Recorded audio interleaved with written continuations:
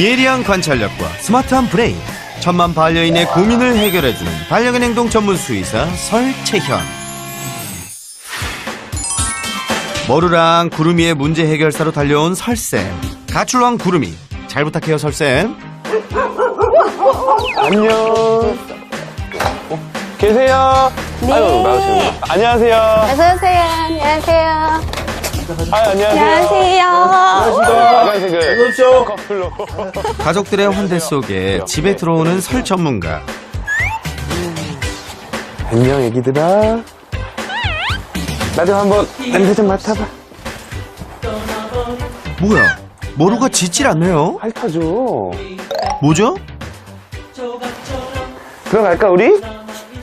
집이 너무 좋아요. 강아지들한테는 완전 천국인데요? 근데 저를 너무 신기해 하셔가지고. 나 이런 사람이야. 너무 잘생기고, 너무 이쁘게 생기고. 그래, 나 냄새 좀 맡아봐. 좀 이따가 놀아줄 건데? 심지어 설쌤에게 먼저 다가가는 머루. 조심성이 좀 많네요. 머루는 진돗개 아이들의 그런 성격처럼 조심성도 되게 많고요. 구름이는 그냥 아직 다 좋아하는 것 같고. 평소와 달리 머루가 공격성을 보이지 않는 이유는 잠시 후에 알려드릴게요.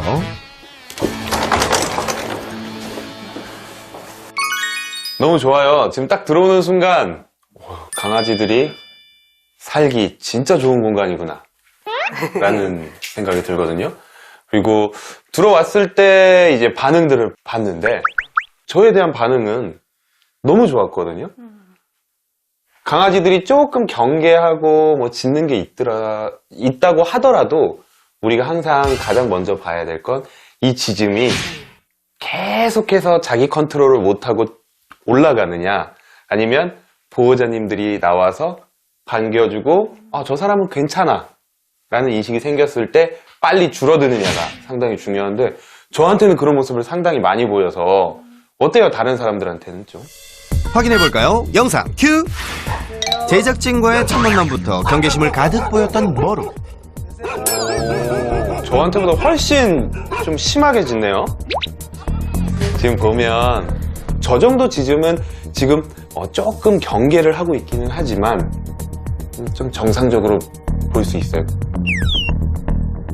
내가 믿을 만한 사람인지 아니면 조금 좀 조심해야 되는 사람인지 계속 확인을 하고 있는 거죠. 낯선 사람에 대한 정상적인 반응이라지만 사람 차별하는 것도 아니고 설쌤과 달리 제작진한텐 계속 짖어댔는데 왜죠? 근데 우리 감독님이 강아지들이 좀 예민한 강아지들이 싫어하는 행동을 했어요. 그게 뭘까요? 뭘까요? 뭔지 다들 눈치채셨나요? 감독님이요? 네, 우리 감독님. 정답은 바로 허리 숙이는 거. 아하. 강아지들 처음에 보는 사람이 갑자기 서 있다가 허리를 숙이면 강아지들한테는 되게 공격적인 신호예요. 이거는 좀 기린이 갑자기 내 위로 고개를 이렇게 숙인다. 그러면 우리도 당연히 겁먹고 불안해할 거예요. 녀석을 마주할 때나 주변에 있을 때 위에서 아래로 갑자기 몸을 자주 숙여왔던 제작진의 행동.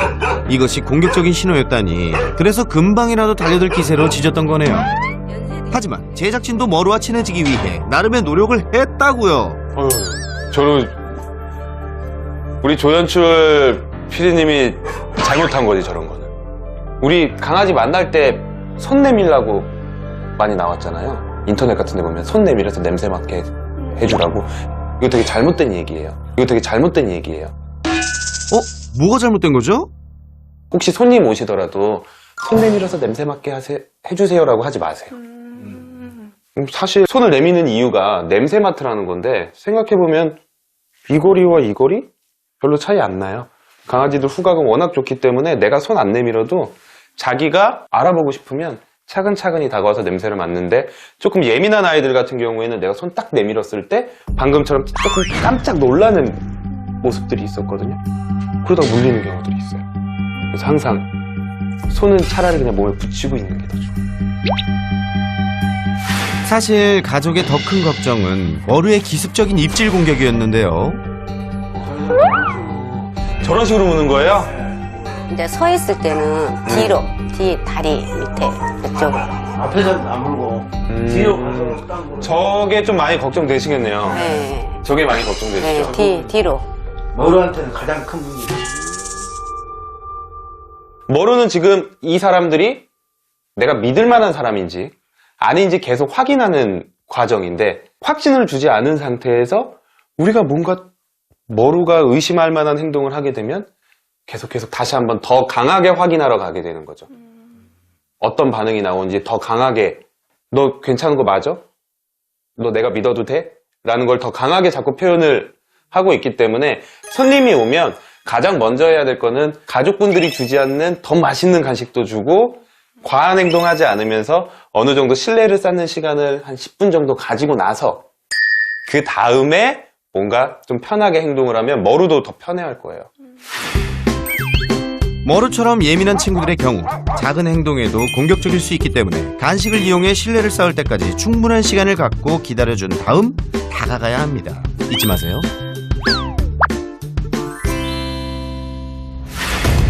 그리고 혹시 모를 사고에 대비 외출 시 녀석들을 묶어놓았는데요. 아, 출근하실 때는 묶여있는 거예요? 네, 낮에는 대부분 묶여놓고. 머루만? 아니요, 구름이랑 같이. 뭐가 잘못됐나요? 묶여있으면 더 스트레스 받아서 저런 행동들이 더 증가할 텐데 풀려있을 때.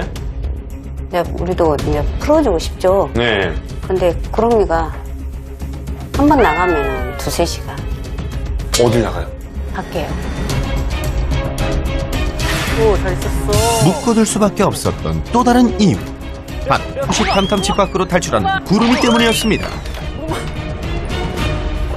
우리 대문이 이제 처음에 달 때부터 이제 잘못된 것이 이제 애기들을 생각하고 대문을 안 달고 그냥 단 거예요. 이렇게 네. 손으로 해가지고 하면 열려요. 문이. 네. 네, 그러면은 이제 우리는 밖에가 있으니까 어느 누가 와서 열어버릴지 모르니까 불안하죠. 손만 뻗으면 집 밖에서 쉽게 열 수 있는 현관문. 시골이라 이웃들도 자주 들락거리고 그 과정에서 문단속이 제대로 되지 않을 때가 많아 구름이 가출이 더욱 자주 벌어지곤 했습니다. 네. 절대 못 잡아요. 저 쫓아가면 더 도망갑니다. 그죠? 맞아요. 다시 자기들이 돌아오기는 해요? 네.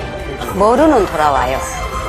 머루는 좀 놀다가 다시 오고 그런데 구름이는 지가 완전히 실증이 날 때까지 안 돌아요. 머루 지금 잘 들어오죠? 올해 봄 되면 안 들어올 거예요.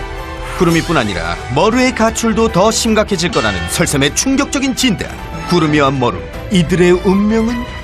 더 흥미롭고 재밌는 2부 바로 시작합니다. 리모컨 내려놔! 제발 부탁이야!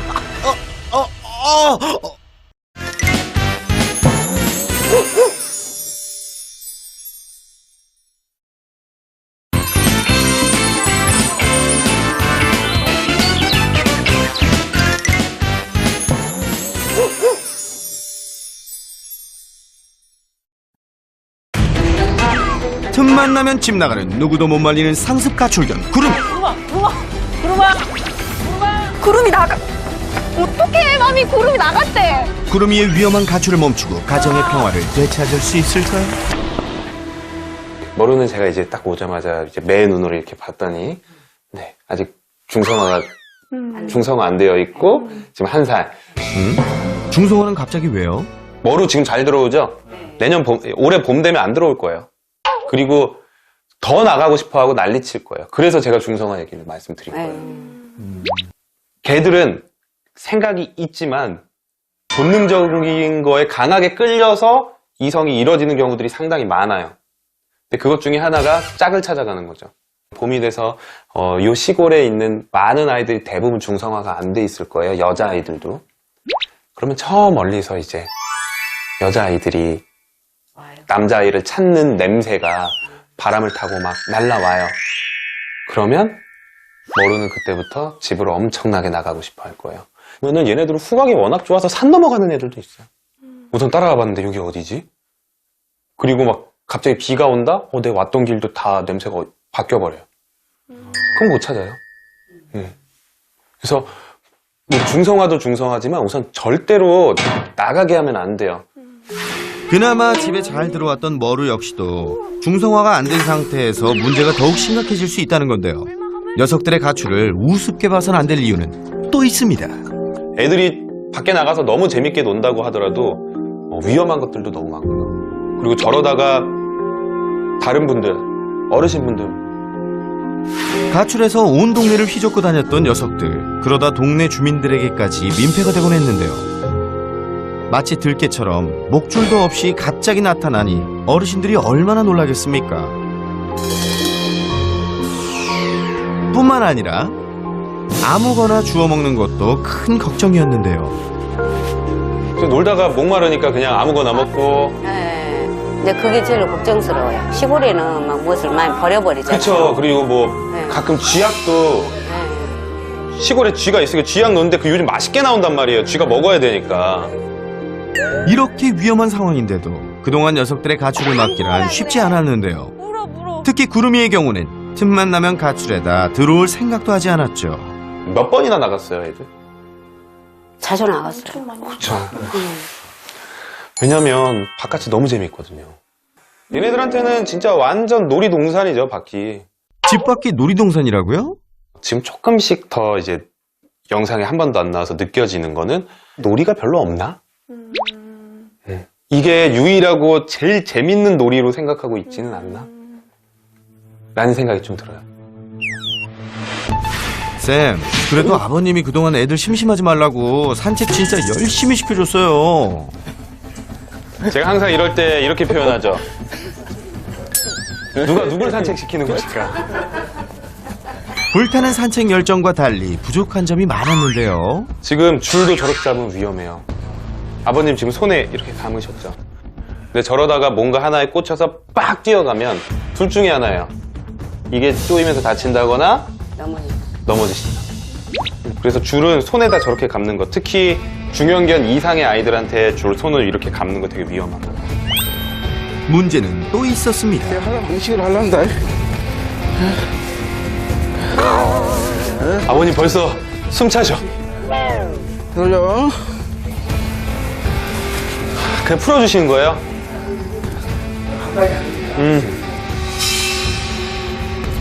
안 돼, 절대 안 돼. 안 되는 이유 첫 번째, 불법이에요.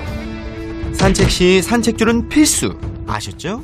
만약에 저런 상황에서 사고 치면 100% 우리 잘못이에요. 암요, 당연하죠. 그리고 지금까지 괜찮았다고 계속 괜찮을 거라고 생각하지 마세요. 우리가 아무리 잘해도 문제가 터질 수밖에 없어요. 언젠가 한 번은. 그렇기 때문에 이게 강아지 반려하는 사람들은 항상 더 안전을 신경 써야 돼요. 사실 아버님뿐 아니라 녀석들 산책은 젊은 딸과 사위도 쉽지 않았습니다. 있는 힘을 다해 줄을 잡아당기는 바람에 진을 빼곤 했는데요. 머루나 구름이의 산책, 왜 이리 어려웠던 걸까요? 지금 머루와 구름이의 산책 스타일이 조금은 달라요. 구름이는 무조건 뛰어야 되고요. 머루는 그래도 보호자분과 어느 정도의 이런 호흡을 맞출 줄 아는 것 같아요. 그러다 보면 서로 같이 나가면 서로 재밌지가 않은 거예요. 스타일이 다르다 보니까. 오히려 둘 다 못 뛴다 그러면 그냥 빨리 같이 뛰어준다거나 이런 걸 할 수가 있는데 좀 둘이 좀 스타일이 다르다 보니까 같이 나가면 그 누구도 다 만족이 안 돼요. 그럼 어떻게 해야죠? 두 아이 함께 산책 안 시키는 게 좋아요. 안 시켜야 돼요. 산책 스타일이 다른 반려견의 경우 반드시 개별 산책을 해야 스트레스 해소가 된다고 하네요. 그리고 산책 시 놓치기 쉬운 또 한 가지. 이런 좋은 공간을 가지고도 산책도 나가주시고 신경을 많이 써주시는데 이제 한 단계 더 나아가야죠. 얘네들이 원하는 게 진짜 무엇인지, 그리고 이게 부족하지는 않은지. 보통 우리가 일반적인 강아지들의 운동량을 30분으로 봐요. 하루에 최소 30분. 근데 이게 함정이 뭐냐면 운동량이에요. 그게 그거 아닌가요? 지금 한 거는 운동이 아니라 그냥 진짜 산책. 근데 최소 운동량이 30분이라는 거죠. 강아지들한테. 그래야지 스트레스도 풀리고 정신적으로도 안정적이 되는데, 아무래도 두 분이 연세도 있으시고 쟤네 따라가기도 벅차고 이런 부분들이 있기 때문에 이걸 조금 다른 부분으로 풀 수 있는 그런 놀이도 필요할 것 같아요. 부족한 운동량을 채워야 가출 욕구도 줄어들겠죠? 구름이가 가출을 했던 이유는 집 안에서 정말 재밌는 일들이 별로 없기 때문에. 그런데 한번 문이 열려서 나가봤더니 정말로 재밌는 냄새와 뛰어다니는 동물들, 정말로 재미를 느끼다 보니 가출을 하고 싶은 마음이 계속해서 생기고 있었고요. 이런 마음을 잘 아는 보호자분들이 매일 밖으로 산책을 나갔지만 이 산책 방법이 조금 잘못되다 보니 서로 호흡이 맞지 않고 스트레스는 계속 쌓여가면서 구름이 입장에서는 그냥 나 혼자 놀아야지 라는 생각을 하고 있었습니다. 그래서 처음으로 가장 중요한 건 우선 가출을 하지 못하도록 환경 관리를 하는 게 중요했고 그 후에 교육적인 부분이 필요했습니다.